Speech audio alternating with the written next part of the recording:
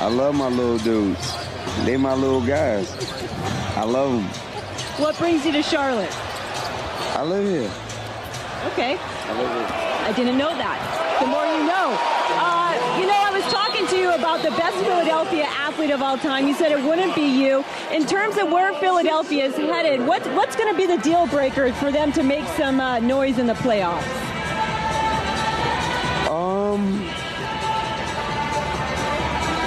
I would be crazy to say we think we need more. I think we got enough to be competitive like we've always been, and I just think we have enough. I think it's our time, but I'm gonna believe that anyway, regardless if I think we need more pieces or. Got to ask you about that cross-up on Wes Johnson there. What's going through your mind? How much fun was that? I feel good, man. I've been in my bag all year, so it was just one of those moves where I had to make him dance a little bit and made the shot. Wesley goes down, you see it. What's going through your mind? I don't know. I was trying to figure out what he was doing. I don't know. You just decided to step back and take the three? Yeah, I mean, I was looking at him and he was looking at me, and I was trying to figure out what he was doing, where he was going to see it. And then I just shot it. It looked like you didn't want to shoot the three at first, and then... I was going to shoot it, but I was waiting to figure out what was going on. I was confused. And then, so I shot Did you think the play was dead? So good, You almost feel like it looked like the play was dead. Yeah, like the ref called side out of bounds or something. No. You personally and the team in the first quarter, can you explain about that quick? They came out aggressive. Sometimes it sucks when you have a childish teammate. You know what I mean? It just you worse than my 4-year-old, bro. You don't know my daughter. You don't know my kid's age. Well, you act like my 1-year-old. I can't do it anymore. I achieved greatness. Shaq, you know what that feels like. Yes, Kenny, I know you know what that feels. Yes. All right, I'm going to stop it right there. They're working hard. You want to be known as a two-way player. How much do you feed off of the D? Man. Is the tape a pretty good final punchline to this whole thing? Was what? The tape back there, pretty good final punchline to everything? I don't know what you're talking about. Oh, there's some yellow caution tape behind. I don't know what you're talking about. I accidentally got hit in the face today. Nobody looks at it. Melo go, hit Nurkic. Oh, we're going to review it. Look at it, just a bunch of bullshit in my opinion. I just think they don't referee the same way all the time. They pick and choose when they want to do it, which is not fair in my opinion. I've been in this league for a while, and I'm able to see it and understand and see what's right and what's wrong, but I can see it's blatant shit that's not getting looked at in my opinion. Explanation as to why they didn't? Nah, you don't have an answer. That's why, to me, that's why it don't make sense. You ask somebody, they look at it, it's like, oh, well, I don't know. Who knows?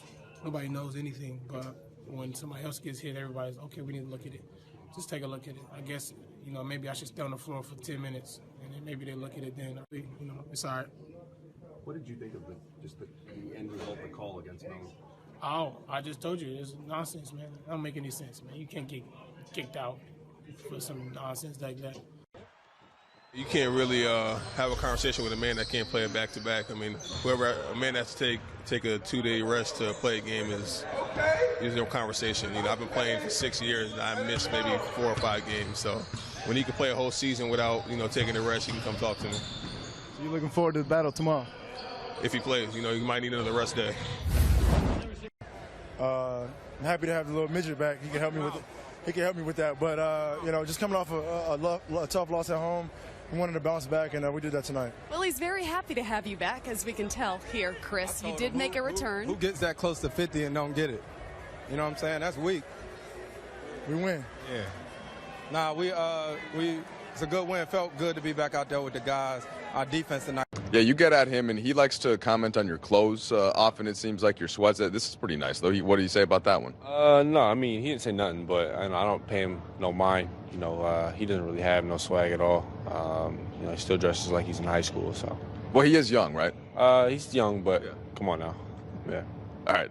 So I asked you after the game if you were surprised. And we're going to go back there and give him the ball. Hey, who's this guy right here? By the way, you know what this ball's for? 300th win for Coach Casey is a wrap for Coach. Your comment? Congratulations, Coach Casey. Glad we've been a part of it, and let's keep getting better. All right, I got one more question for you. He's a clown. All right. He sat him down, as my kids would say. He sat him down. So that was a nice move. I'm just glad I'm not that guy that failed. Would have made it worse if he missed the shot. It wouldn't matter if he missed it. Making a play like that don't matter. I would have probably gave the ball to him.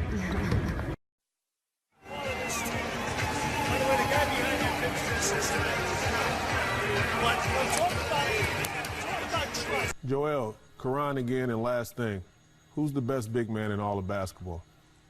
I mean, you're looking at him right here. I mean, I deal with them both ends, defensively, offensively.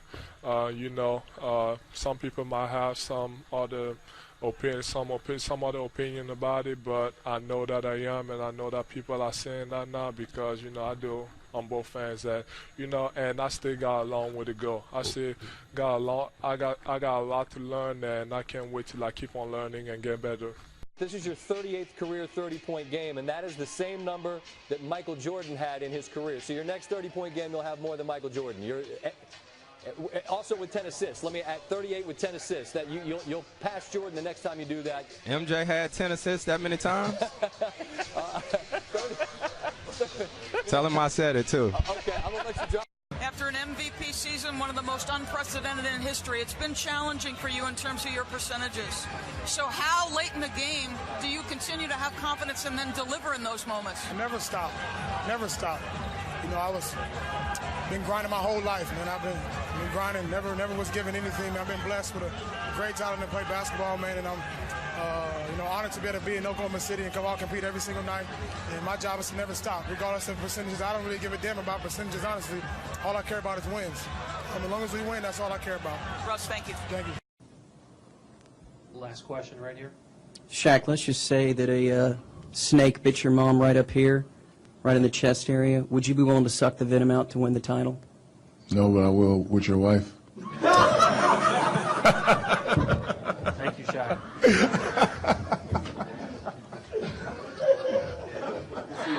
Quote sheets will be available at the... I'll tell him to go home.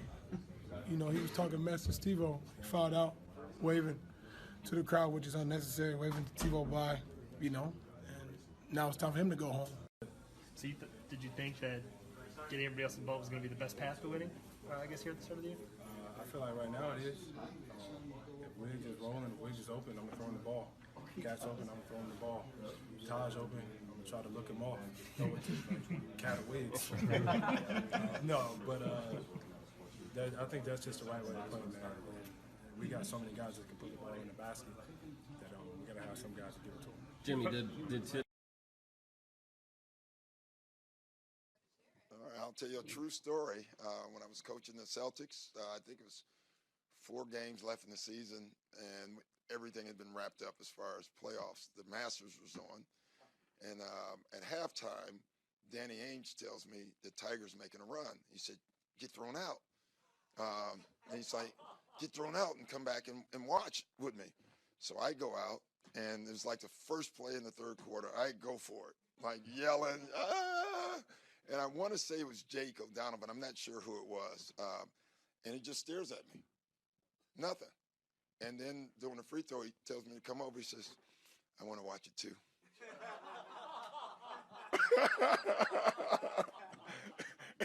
That's a true story.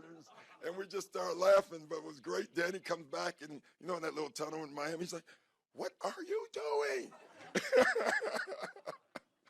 It was pretty funny.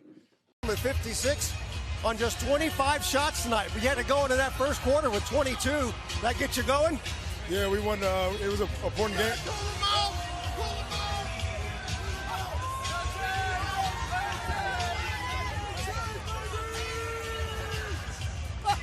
I thought that's a baseball thing. Big win for us. We know how important it was. Did you get Russ anything for his birthday? Got him 37. I ain't never ever seen you act like this before. You getting buckets. How you feel? Hey, I need you to turn down the court and build me a new court. Yeah, because Bradley Beal getting buckets. I ain't never ever. That was probably an Emmy award-winning interview. I just lost my job. DeMar, biggest comeback of the season so far for you guys. What was the message at halftime? Just give him the ball. Oh, that's a good message right there.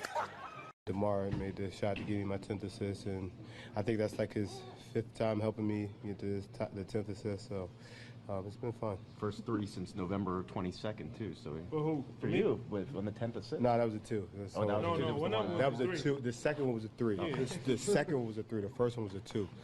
2-point shorty. Hey, they said, look, we don't shoot mid-range 2s, dog. We shoot 3s. That's what we do. You shoot 3. No, we shoot 3s. We're a unit, bro.